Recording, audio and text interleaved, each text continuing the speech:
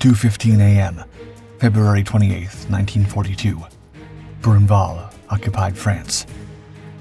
Under the cold moonlight, Flight Sergeant Cox's hands moved swiftly over the Würzburg radar. This German technology had decimated RAF bomber squadrons, its precision enabling accurate night fighter interceptions. Dismantling it could turn the tide of the air war. Cox wrenched free the pulse unit as Lieutenant Vernon pried loose the stubborn transmitter. Metal screeched, the sound piercing the night air.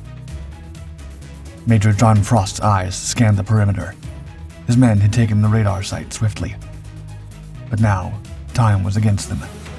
In the distance, engines rumbled. German reinforcements approaching from Bruneval village. Suddenly, muzzle flashes erupted from the surrounding woods. Machine gun fire ripped through the air. Frost's men dove for cover, the night exploding into chaos. As bullets whizzed overhead, Cox secured the radar components. Each piece was vital intelligence that could save countless Allied lives. Frost's mind raced. The beach assault team, meant to secure their escape route, was missing. They had landed miles off course. German soldiers emerged from the tree line, their Feldgrau uniforms ghostly in the moonlight. Frost bellowed orders, his voice barely audible over the intensifying gunfire. The paratroopers began their retreat, precious radar parts rattling on a makeshift trolley. Every step toward the beach brought them closer to extraction, and deeper into the enemy's closing trap. Frost stood on the moonlit beach, his heart pounding. No sign of the naval evacuation force. German fire raked the sand, pinning down his men. He reached for his flare gun, their last hope. The red flare would signal their location to the evacuation boats, but it would also illuminate their position for the enemy. Frost's hand tightened on the flare gun. He knew the fate of the air war, perhaps the entire conflict, hung on the success of their mission. With a deep breath, he raised the gun skyward. There was no other choice. As the skies over Britain darkened with the approach of German bombers in the summer of 1940, a secret weapon was already at work. Radar, an invisible shield of radio waves, was about to change the war's course. In those early days, Britain held a precarious lead in radar technology. The chain of coastal radar stations, the brainchild of Robert Watson Watt, had proved crucial in the RAF's ongoing yet narrow victory during the Battle of Britain. But the Germans were not far behind, and a silent war of scientific minds was about to unfold. Enter R.V. Jones, a brilliant young physicist thrust into the world of espionage as Britain's first scientific intelligence officer. His mission was to unravel the mysteries of German radar and electronic warfare. Jones pored over leaked documents, interrogation reports, and the wreckage of downed Luftwaffe bombers, piecing together a puzzle that could determine the fate of nations. In the quiet of his office, Jones made a startling discovery. High-frequency radio signals were being transmitted across Britain from somewhere on the continent. Intelligence didn't point to any radio communication.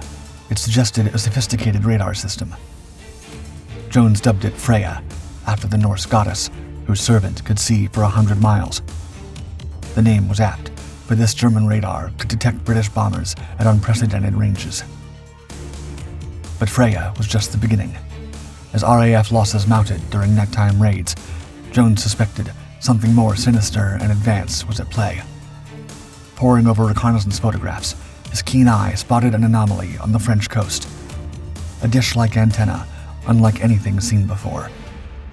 This was Würzburg, a precision radar that could guide night fighters with deadly accuracy. The impact of the air war was immediate and devastating. RAF bomber losses climbed to over 4% per raid. Each lost aircraft meant not just destroyed equipment, but the loss of skilled crews who took years to train.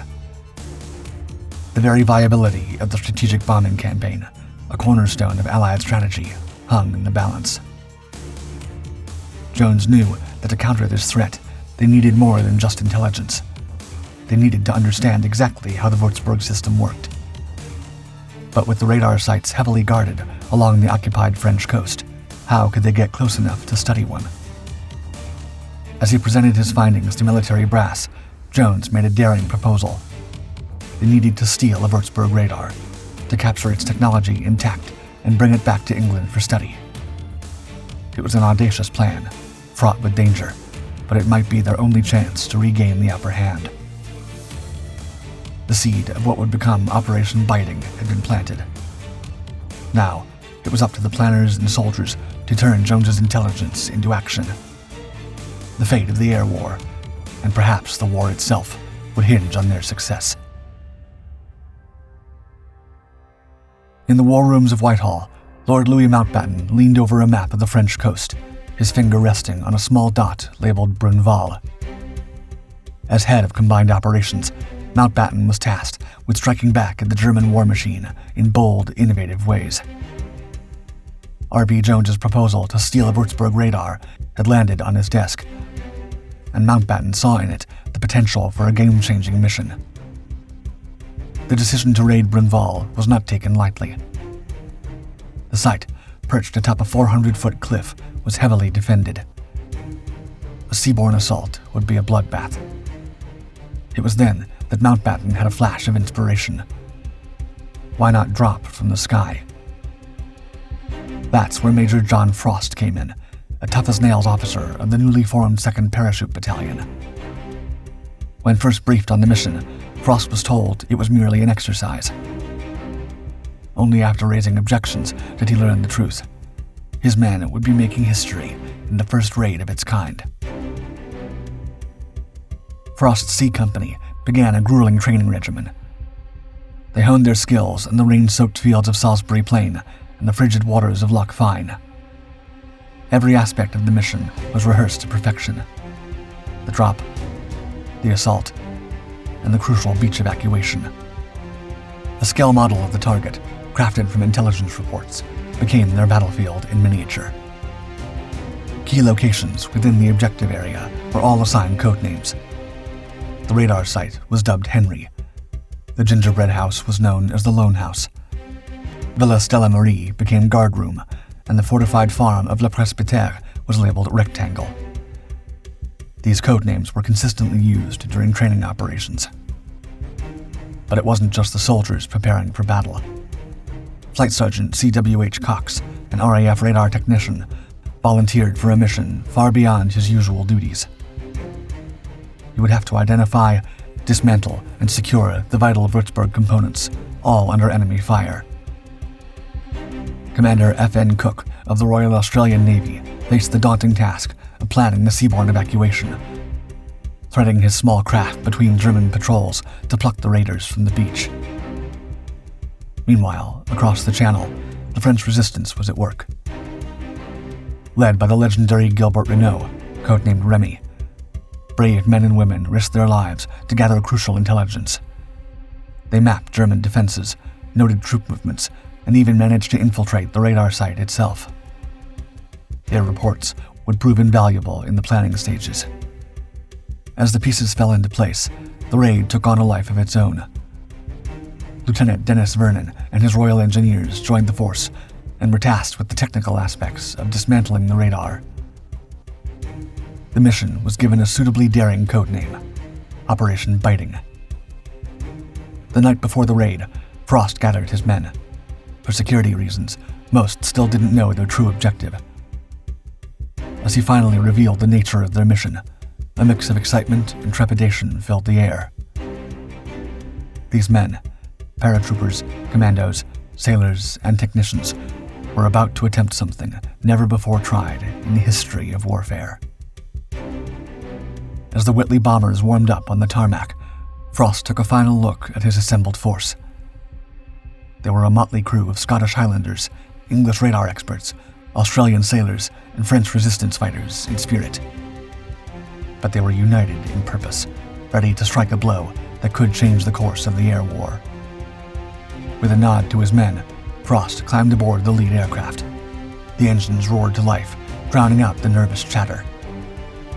As the planes lifted off into the darkness, Operation Biting was underway. Inside, the paratroopers sat in uncomfortable silence, each man lost in his own thoughts. The airplane felt extremely chilly, particularly after it had been modified with an improvised jumping hole in the underside of the fuselage. Several men entered sleeping bags or enveloped themselves in blankets to keep warm. At least one canteen containing tea and rum was brought on board and circulated from one person to another. However, they remained in good spirits. The mission they'd been eagerly anticipating for so long was finally in progress. After the British Army custom, some men sang Annie Laurie in Red River Valley. Suddenly, the calm was shattered by the deafening burst of anti-aircraft fire. Tracer rounds arced through the sky, seemingly moving in slow motion as they passed terrifyingly close to the aircraft. The planes lurched and weaved, and the paratroopers inside jostled violently against the fuselage. The smell of fear mingled with the scent of aviation fuel. Then the moment came. The jumpmaster's voice cut through the chaos. Quote, "Green light. Go, go, go."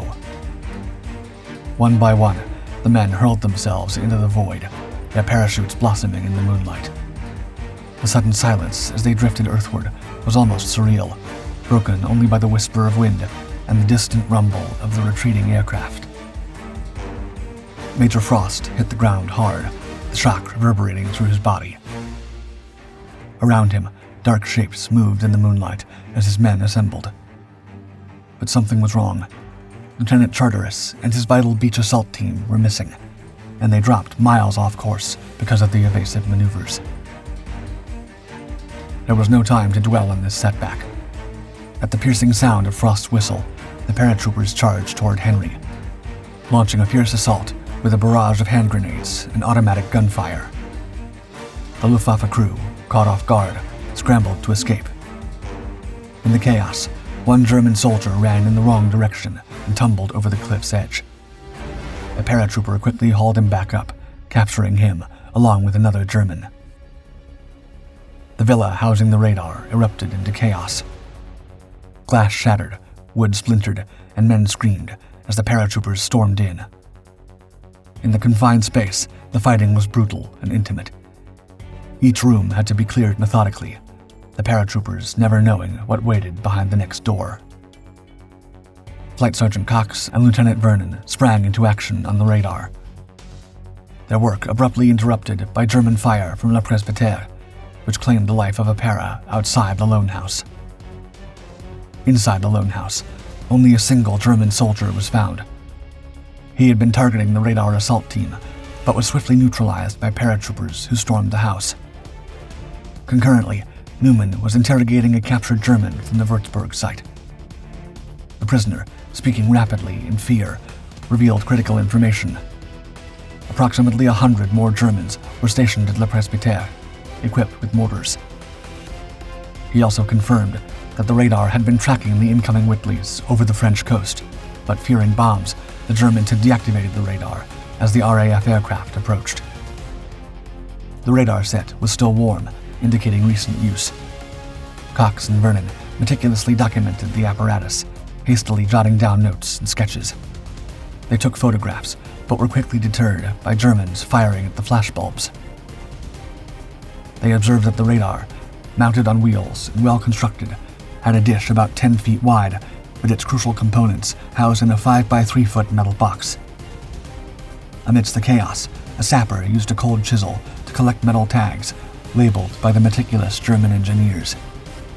Vernon realized that detaching the aerial unit quickly was impossible, so he assigned a sapper to set it free. He and Cox managed to disassemble the pulse unit and amplifier. Still, they found that even their longest screwdriver couldn't reach the screws securing the machine's transmitter. Resorting to a crowbar, they pried the vital part loose, with a sapper adding his weight until the transmitter broke free, taking part of its frame with it. Unbeknownst to them, this piece of frame housed an essential switching unit, critical to the radar's operation. Outside, the situation was deteriorating rapidly. German reinforcements were arriving, their armored vehicles rumbling ominously in the distance. The woods around the installation came alive with muzzle flashes as hidden machine gun nests opened fire. Frost's men were now caught in a crossfire, the night air filled with the snap and whine of passing bullets. As the fighting intensified, Frost realized with growing dread that their carefully laid plans were unraveling. The beach team was still missing, their radios had failed, and the German resistance was far stronger than anticipated. The success of the mission and the lives of his men now hung by a thread. With the captured radar components secured, but enemy fire intensifying, Frost had to make a critical decision. Stay and risk annihilation, or withdraw to the beach and pray that their naval evacuation would arrive in time. As dawn approached, painting the sky in hues of pink and gold, the paratroopers began their desperate race against time, carrying their wounded and their precious cargo towards an uncertain rendezvous with the sea. In desperation, Major Frost led his beleaguered force toward the beach. The radar components, their prize, were secured on a makeshift trolley that bumped and rattled over the uneven ground. Each jolt sent a spike of anxiety through the men. As they neared the beach, a new sound cut through the night, the chatter of a German machine gun, its muzzle flashes painting the darkness like strobe lights. Frost's heart sank. The beach assault team, meant to secure their escape route, was nowhere to be seen. The paratroopers dove for cover, the wounded crying out in pain as they hit the ground. The company sergeant major wasn't so lucky, and he was severely injured by enemy fire, having to be dragged by his brothers in arms. From their precarious position, Frost could see German reinforcements pouring in from Bruneval village. It was surrounded, outgunned, and running out of time. Frost checked his watch. 2:15 a.m. Where was the naval evacuation force? The tension was palpable as the men scanned the horizon, praying for a glimpse of salvation. Frost reached for his flare gun, knowing it was a risk. The red flare soared into the sky, momentarily bathing the beach in an eerie crimson glow. For a moment, nothing. Then a shout went up, quote, "Boats! I see boats!" Through the morning mist, the outlines of the landing craft appeared, cutting through the waves toward the shore. A collective sigh of relief swept through the battered paratroopers. But the Germans weren't done yet. As the first landing craft ground against the shingle, enemy fire erupted with renewed fury. The evacuation turned into a mad scramble, men splashing through the surf as bullets kicked up the water around them. The wounded were passed hand over hand, their cries of pain lost in the cacophony of battle. Flight Sergeant Cox clutched the radar components like a mother protecting her child, stumbling through the waves. In the chaos, the carefully planned evacuation dissolved into a free-for-all.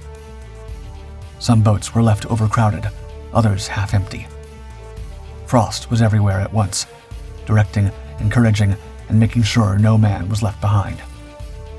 As the last boat prepared to leave, a final German counterattack surged toward the beach. Frost and a rear guard laid down covering fire, their weapons blazing in a desperate final stand. Only when the last of his men were aboard did Frost finally leap into the boat, bullets splashing in his wake. As they pulled away from the shore, the exhausted men looked back at the burning chaos they had left behind. They had done it. Against all odds, they had stolen the secrets of the Würzburg radar from under the Germans' noses. But as the adrenaline faded, the cost became clear. Empty spaces in the boats spoke of comrades left behind, their fates unknown. As the battered flotilla limped into Portsmouth Harbor, the first rays of sunlight glinted off the waves. Exhausted paratroopers, their uniforms caked with blood and sand, helped one another onto the dock. Flight Sergeant Cox cradled the precious radar components, his knuckles white with fatigue and determination. Frost's daring raiders had returned triumphantly, having secured the crucial key to the Würzburg radar, a victory that would save countless RAF aircraft and airmen. Their success came at the cost of 2 lives and 2 wounded, along with 6 men who were separated from the group and eventually captured by the Germans. The German losses were 5 lost lives, 2 wounded, and 5 missing, 2 of whom ended up as British prisoners in England. To add further insult, a prowling Hawker Hurricane fighter discovered a group of German officers inspecting the raid site. The officers ended up ignominiously at the bottom of the empty hole, where the Würzburg radar had been, hiding from the fighters' relentless machine guns. The public reaction was equally enthusiastic. Newspapers trumpeted the success, careful to omit sensitive details. For a nation weary of war, it was a much-needed morale boost. The daring of the paratroopers captured the public imagination, their feat becoming the stuff of legend in pubs across Britain. But away from the limelight, in secret laboratories, the real work began. R.V. Jones and his team pored over the captured Würzburg components. Every wire and every circuit told a story. The radar's modular design surprised them, speaking to German engineering prowess. But it also revealed vulnerabilities. The interrogation of the captured German technician proved invaluable. His insights, combined with the physical evidence, allowed British scientists to reconstruct the Würzburg's inner workings. Within weeks, they had a working model, its secrets laid bare. This intelligence breakthrough bore fruit in the form of window, strips of aluminum that, when dropped from aircraft, could blind German radar. On July 24, 1943, RAF bombers unleashed window over Hamburg. The result was devastating. German radar operators, their screens filled with false signals, could only watch helplessly as the city burned. The success of the Bruneval raid had far-reaching consequences. It validated the concept of airborne operations, leading to an expansion of British parachute forces. The parachute regiment, born in the crucible of Bruneval, would go on to play crucial roles in subsequent operations, including the D-Day landings. For the Germans, the raid was a humbling affair, and even they conceded how impressive it was, with a report describing, quote, "The operation of the British commandos was well planned and was executed with great daring. During the operation, the British displayed exemplary discipline when under fire. Although attacked by German soldiers, they concentrated entirely on their primary task. They frantically improved defenses around their radar installations, ironically making them more visible targets for Allied bombers. The technological arms race, already intense, accelerated to a fever pitch. In the years that followed, as the tide of war turned, those who participated in the Bruneval raid could look back with pride. Major Frost would lead his men into battle again at Arnhem, immortalized in the film A Bridge Too Far. Flight Sergeant Cox's expertise would contribute to further advancements in Allied radar technology. In the end, Operation Biting was a turning point in the shadowy war of technology and intelligence that underpinned the larger conflict. The bravery of a handful of men on a French beach had opened the door to victory, proving once again that in war, knowledge truly is power.